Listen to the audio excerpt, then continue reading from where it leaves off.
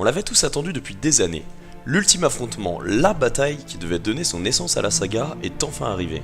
Alors, est-ce que cet épisode a tenu ses promesses et justifié l'attente? On va voir ça tout de suite, restez avec moi.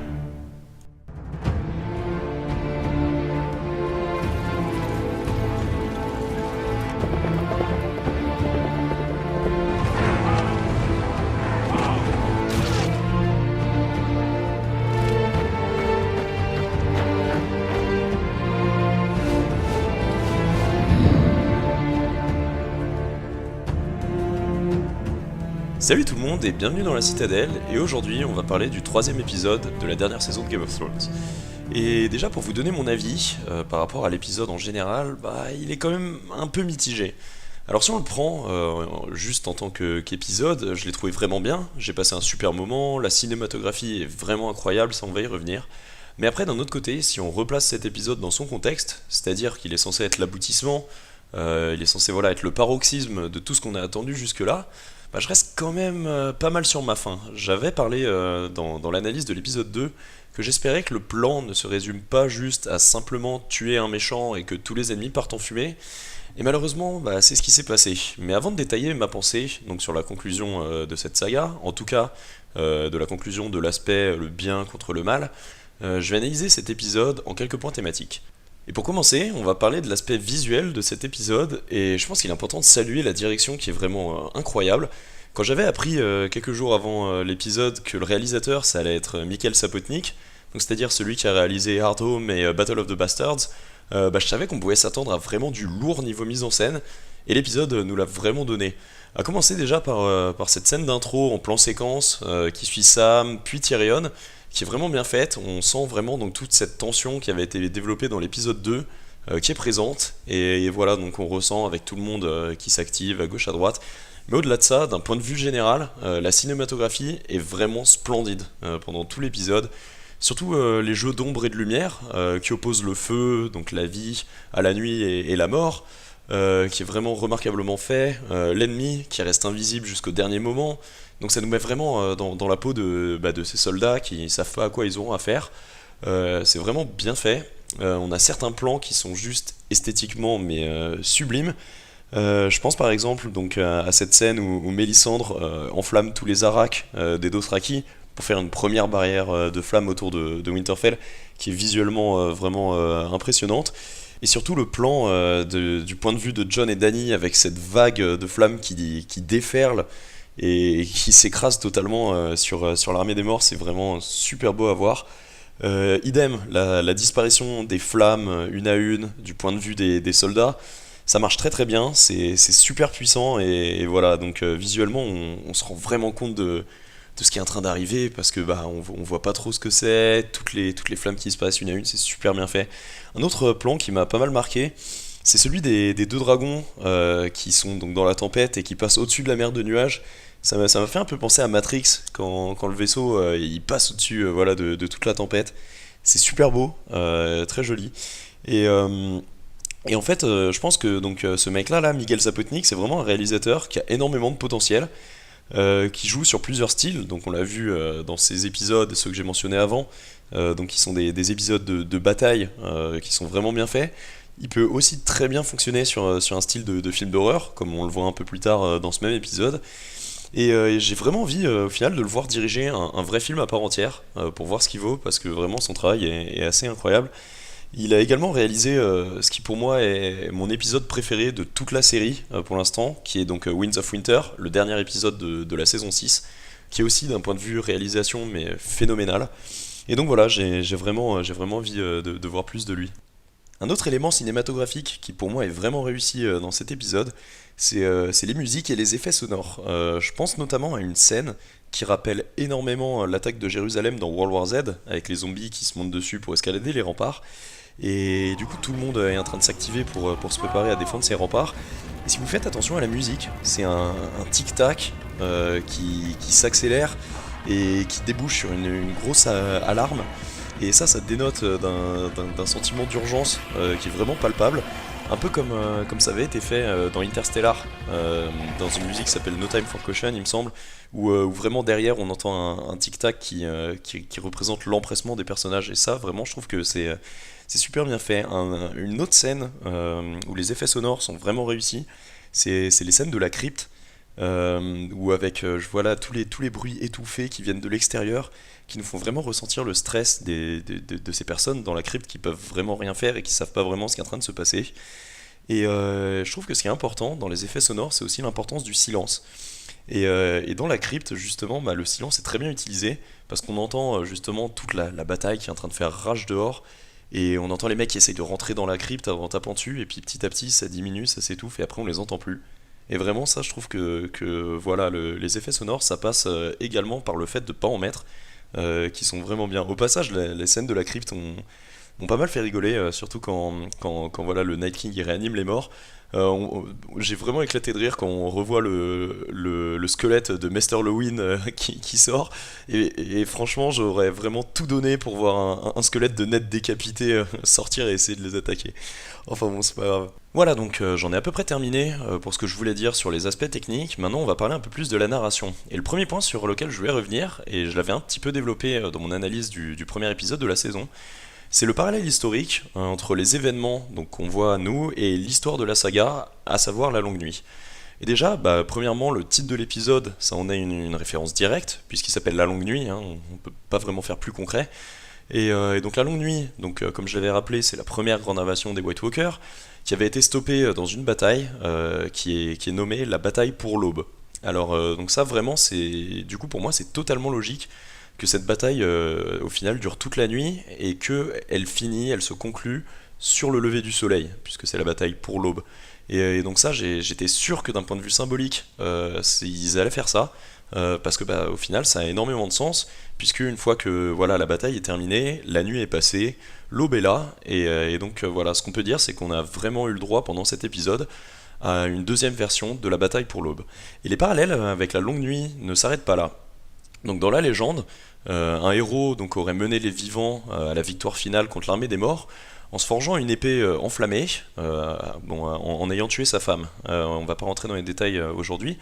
Et donc cette légende, en fait, elle a lieu à une prophétie qui est centrale dans le culte de Hlor, donc la religion de Mélisandre et de Beric par exemple, qui prédit la réincarnation de ce héros. Et c'est pourquoi la thématique en fait de l'épée enflammée, elle est omniprésente tout au long de la série. Donc c'est cette épée que Stannis brandit dès la saison 2, c'est également cette symbolique qu'utilisent Thoros of Myr et Beric Dondarrion, et donc c'est tout à fait dans cette même symbolique visuelle au final que Mélisandre enflamme tous les Araks des Dothraki juste avant leur charge. Donc en plus d'être visuellement très efficace, comme je venais de le dire, d'un point de vue symbolique, ça marche aussi super bien. Et donc cette religion dont je parlais à l'instant, elle est définie de manière inhérente par une opposition entre le bien, qui est représenté donc par la lumière, par les flammes, et donc par leur divinité, le Lord of Light, dont on entend pas mal parler, et le mal, d'un autre côté, qui est lui dirigé par son opposé, qui est nommé le Great Other, donc le grand autre. Et ça, c'est pas un hasard, parce que dans les livres, les White Walkers sont jamais nommés comme ça. Ils sont toujours nommés les Others, donc les autres. Et c'est logique qu'une fois que justement ce grand autre, donc c'est-à-dire dans cet épisode le Night King, soit vaincu, que Mélisandre donc, ait accompli sa mission, et ce pourquoi elle avait été envoyée sur cette terre, et donc c'est logique qu'à la fin elle se laisse mourir. Et en parlant de bataille, référence pour cet épisode, il y en a plusieurs autres qui m'ont semblé être quand même assez similaires.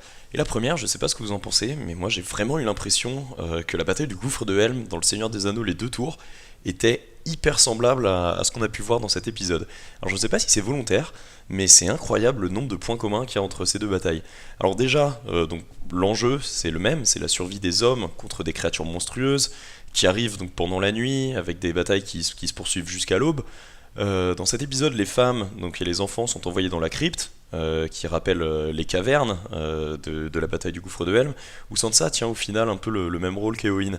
On a même droit à Arya qui nous fait un cosplay de Legolas en se battant avec des doubles dagues, et en effectuant même un petit slide sur le dos des zombies qui m'a rappelé le coup du surf de l'elfe sur un bouclier. Et donc voilà, il y a vraiment beaucoup de similitudes qui sont assez étonnantes. Et je sais pas s'il s'inspire beaucoup du Seigneur des Anneaux, mais même l'arrivée du géant zombie dans Winterfell, ça m'a vraiment fait penser à une scène vraiment très semblable d'un troll qui entre dans Minas Tirith dans le Retour du Roi et qui l'écrase, ou même celui au final dans la bataille de la Moria. On a aussi le droit pendant cet épisode à un petit passage à la 300 avec les Unsullied qui forment une belle phalange grecque qui se sacrifie plus ou moins pour couvrir la retraite. Et moi, ce que je trouve intéressant au final dans l'armée de Daenerys, c'est ce contraste qu'il y a entre les Dothraki, qui sont vraiment des énormes bourrins qui chargent de manière désordonnée, et les Unsullied au final qui sont tout l'opposé, qui représentent donc l'ordre et la discipline, ce qui est super bien rendu dans cet épisode, à tel point que ça en devient même mécanique au final dans leurs mouvements. Et donc c'est cette discipline qui fait la force des Unsullied, qui peuvent tenir au final efficacement en infériorité numérique importante, comme on peut le voir donc dans cet épisode, qui rappelle une bataille qui est célèbre dans l'histoire de la saga, qui est la bataille des 3000 de Qohor, où il y a une force de 3000 Unsullied qui a réussi à défendre avec succès la ville de Qohor contre 25 000 Dothraki qui faisaient que de charger frontalement et échouer lamentablement vague après vague. Et finalement, cet épisode me rappelle aussi une autre bataille de la même série, qui est la bataille de la Blackwater, qui se passe dans saison 2, épisode 9, si je me rappelle bien, où donc dans cette bataille, le seul et l'unique roi légitime, toi-même tu sais de qui je parle, Stannis Baratheon, échoue devant les murs de King's Landing. Et donc dans cette bataille, la stratégie est surtout basée sur l'utilisation du feu, et plus précisément du wildfire, de la même manière que ici il l'est sur le feu des dragons, qui font d'ailleurs vraiment office de B-52 qui passe en bombardement de napalm.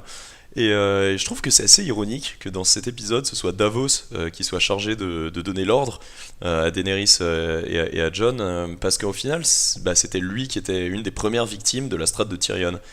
Une autre similarité donc entre ces deux épisodes, ces deux batailles, c'est le rôle de Sansa, qui une nouvelle fois est envoyée en sécurité, entre guillemets, pour s'occuper des non-combattants, comme elle avait pu le faire avec Cersei pendant la bataille de la Blackwater. Et de la même manière, donc entre ces deux batailles, on a aussi le droit à Sandor Clegane, donc qui se bat devant les portes, avant de totalement craquer psychologiquement à cause de sa phobie du feu, dans les deux cas, qui, je le rappelle, donc vient de son frère Gregor Clegane, qui l'avait brûlé quand il était petit. On va maintenant pouvoir revenir un peu plus sur les personnages principaux, et je pense qu'il est important de remarquer qu'ils fonctionnent à peu près tous par paire ou par trio, en fonction des aventures qu'ils ont pu avoir durant la série. Donc j'avais parlé dans l'analyse de l'épisode 2 du duo Jaime-Brienne, et du coup c'est naturel de les voir dans cet épisode se sauver l'un l'autre. De la même manière, on peut également voir Jorah sauver Sam, ce qui nous rappelle donc leur temps qu'ils avaient passé ensemble à la citadelle, où cette fois c'était Sam qui l'avait sauvé. Et donc Jorah Mormont finalement meurt aux côtés de Dany, et donc ça c'était extrêmement prévisible, mais c'est au final tout à fait normal par rapport au développement du personnage. Donc comme Sion, dont on va parler un petit peu plus tard dans la vidéo, c'est un personnage qui était arrivé au bout de son arc narratif, et qui avait plus grand chose à donner par rapport à ça.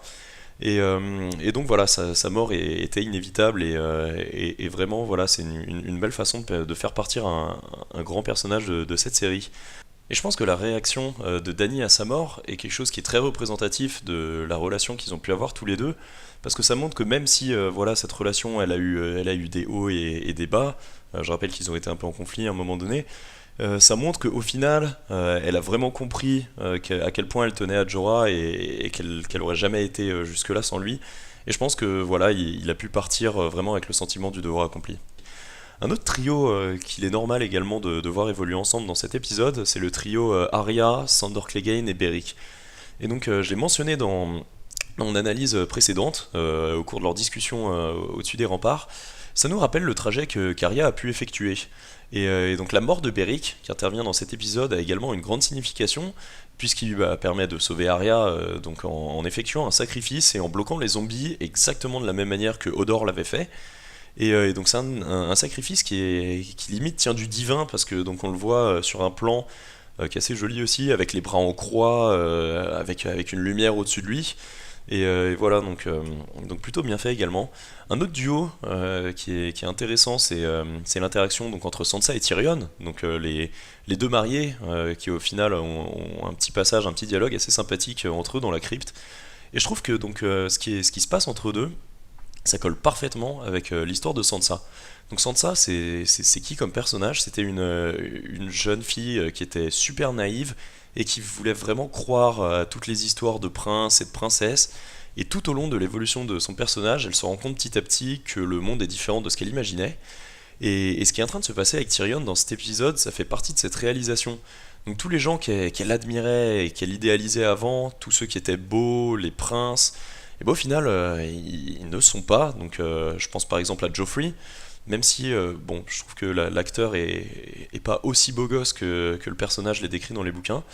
Et d'un autre côté, tous les personnages qui sont censés être donc les plus hideux, je rappelle que normalement Tyrion, bon, même si là il est joué par un excellent acteur, mais c'est quand même censé être un nain difforme qui a un nez en moins.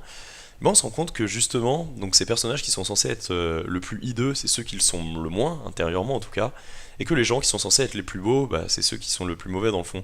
Et donc ça, je trouve que donc ce petit dialogue, il s'inscrit parfaitement dans le développement du personnage de Sansa.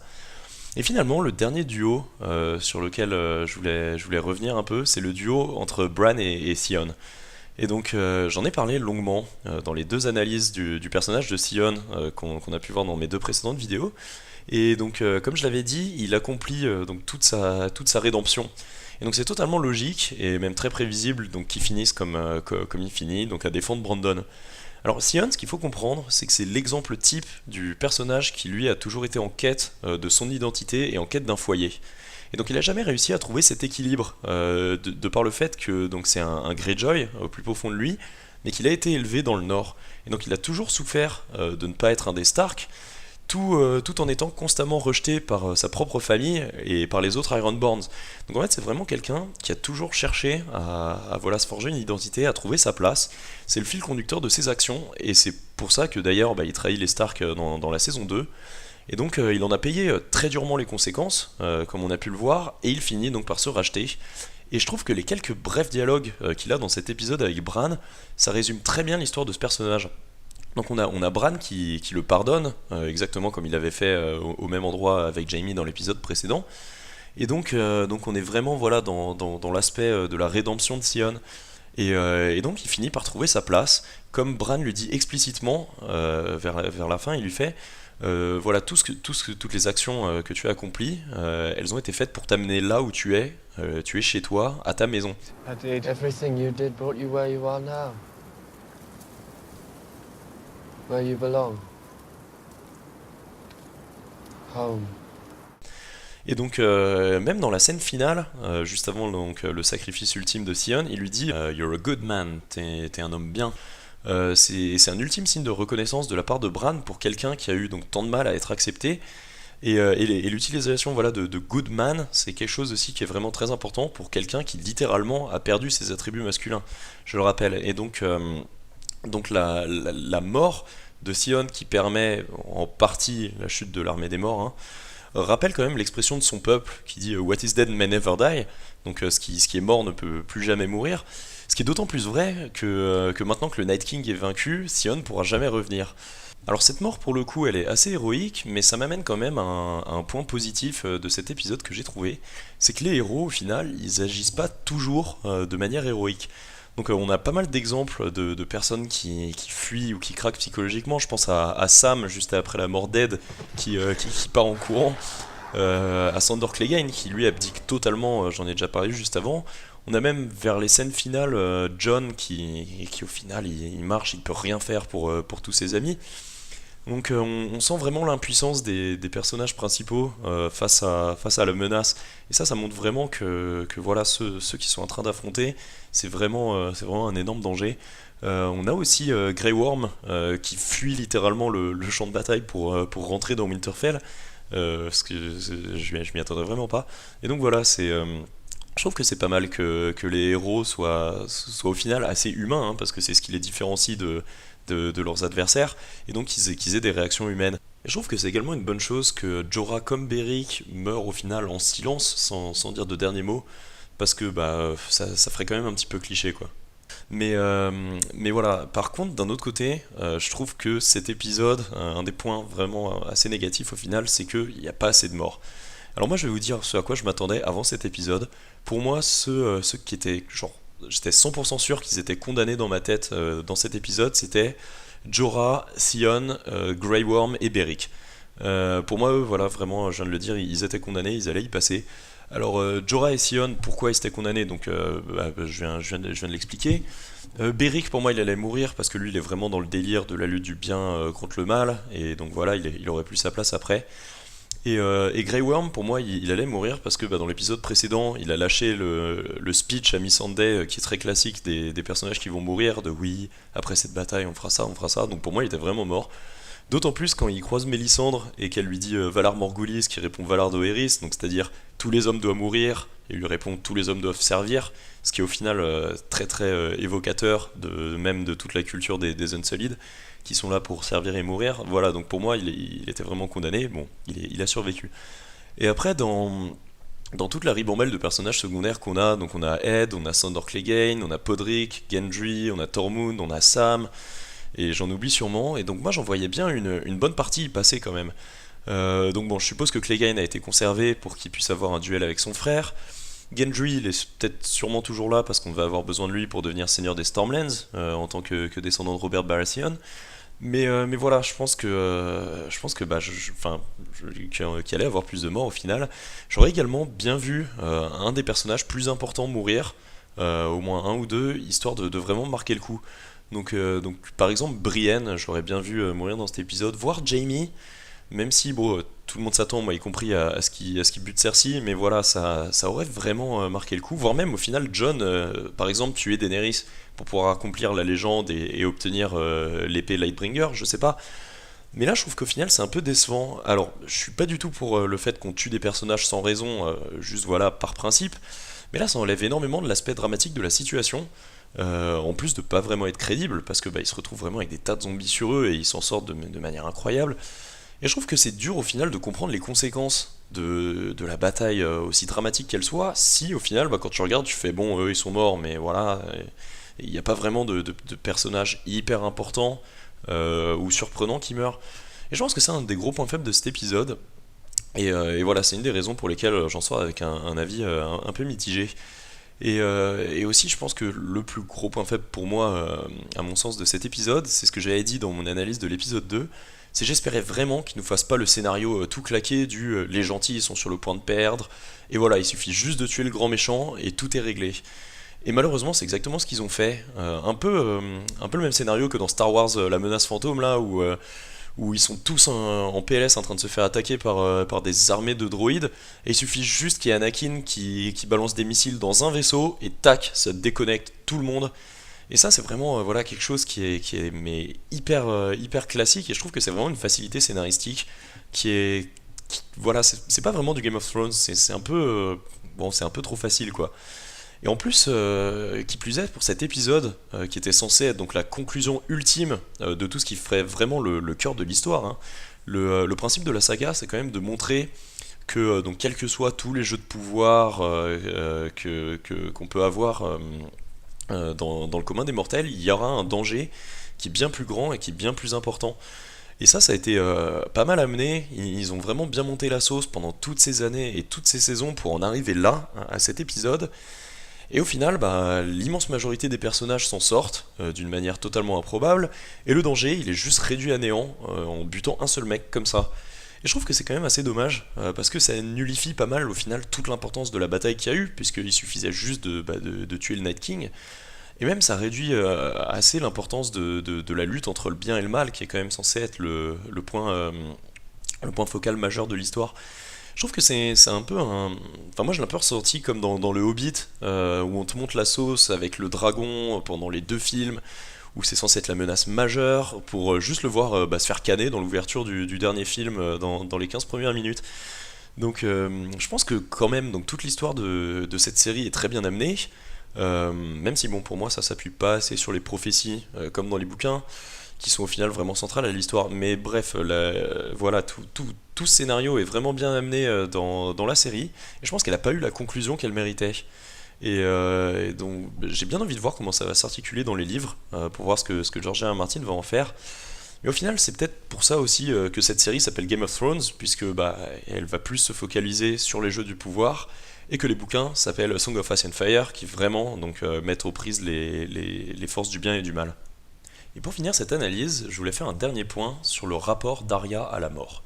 Et j'avais dit dans mon analyse précédente que malgré le fait que les vivants doivent affronter littéralement la mort, Arya serait un des visages que cette mort peut prendre, et au final ça s'est révélé plutôt pertinent par rapport à ce qu'on a vu. Alors durant toute l'évolution de ce personnage, elle devient de plus en plus une incarnation elle-même de la mort. Donc premièrement avec sa liste, puis avec sa formation à Braavos, où elle va même au final perdre son identité pour devenir une sorte d'ange de la mort à la limite d'une Valkyrie, dont le but est l'élimination de ses ennemis. Et comme je l'avais mentionné, donc sa formation commence avec le fameux What do you say to the God of Death, not today, et c'est littéralement ce qui se passe dans cet épisode, puisque le God of Death, donc la représentation physique de la mort et de la destruction de toute vie, c'est le Night King. J'en parlais plus tôt dans cette vidéo de son assimilation à la mort dans la religion de Mélisandre. Et donc aujourd'hui, Arya lui dit Not today au sens figuré. Je trouve que c'est un peu dommage que le choix ait été fait de le faire dire explicitement par Mélisandre, parce que ça enlève un peu aussi de la subtilité de la narration, en plus de nous spoiler totalement la fin en disant que Arya va tuer quelqu'un avec des yeux bleus. Et cette fin, justement, elle est incroyable au niveau mise en scène, avec une marche funèbre dans tous les sens du terme. On a une marche funèbre donc parce que c'est l'allégorie de la mort qui arrive. On a une marche funèbre également par leur manière de se déplacer, donc en marchant d'un pas calme et froid, ce qui est assez logique au final puisqu'ils s'appellent les marchands blancs. Et également une marche funèbre donc au sens musical, parce que ce qu'on peut entendre derrière au piano, ça a la structure musicale de la marche. Et donc voilà, on a cette fin où la mort arrive, mais pas tout à fait dans le sens où on s'y attendait, puisqu'elle est également représentée par Arya, qui met fin à la nuit et sauve Bran de manière assez poétique, puisqu'elle utilise le couteau qui avait été utilisé pour tenter de l'assassiner. Et donc elle utilise ce couteau dans un ultime clin d'œil à la phrase au conseil de Jon à Arya, stick with the pointy end, donc c'est-à-dire plante avec la pointe. Donc c'est un conseil que Arya a également transmis à Sansa dans cet épisode, quand elle lui dit d'aller se réfugier dans la crypte, qui témoigne quand même de la direction radicalement opposée qu'ont pris le développement de ces deux personnages. Et donc c'est cette référence de planter avec la pointe qu'Arya a utilisée tout au long de son développement, à commencer par son tout premier assassinat, où elle tue un garçon d'écurie pour pouvoir s'enfuir de King's Landing, jusqu'à son apothéose en tant qu'assassin, entre guillemets, donc en mettant fin au Night King. Voilà, c'est la fin de cette vidéo, merci de l'avoir suivi, et n'hésitez pas à lâcher dans les commentaires ce que vous en avez pensé, surtout ce que vous avez pensé de l'épisode, parce que ça m'intéresserait quand même énormément. Vous inquiétez pas, il y a des vidéos sur l'univers qui sont en préparation, qui prennent un petit peu plus de retard, parce que je les fais parallèlement de ces analyses que j'avais pas spécialement prévues à la base. Et vous inquiétez pas, vous aurez pas mal de contenu sur l'univers si vous voulez en savoir plus. D'ici là, portez-vous bien, on se retrouve très prochainement, et je vous dis Valar Morghulis, bye.